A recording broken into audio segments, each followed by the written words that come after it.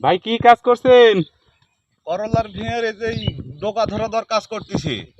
ও আচ্ছা, এইগুলো লতি ধরা দিচ্ছেন? হ্যাঁ, লতি ধরাই দিচ্ছি। এটা দেওয়ার কারণ কি? এটা দেওয়ার কারণ যখন বাতাস উঠে এই লতিটা কিন্তু এইভাবে হাইলে যায়। হ্যাঁ, আচ্ছা লতি যখন হাইলে যায় তখন এই জায়গা থেকে মশ করে ভেঙে যায়। আর ভেঙে যাওয়ার পরে এই ফসলটা হয় না কো। আর যে বান, এটা এই সুতার উপরে বানে এই লতাটা হয় না কো।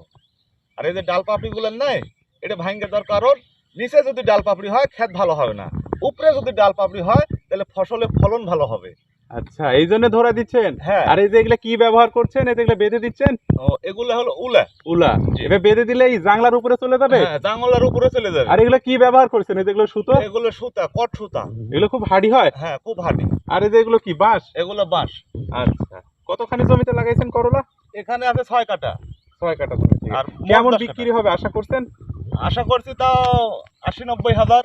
তাহলে তো করলা চাষ করে লাভবান হওয়া সম্ভব। হ্যাঁ, লাভবান হওয়ার সম্ভব আছে। এগুলো কি জাতের করলা? এগুলো মাঝারি ধরনের, কাঁটা যেগুলো কাঁটা কাঁটা বেশি, আচ্ছা আচ্ছা, এগুলা। এগুলো বাজারে প্রচুর চাহিদা না? হ্যাঁ, প্রচুর চাহিদা।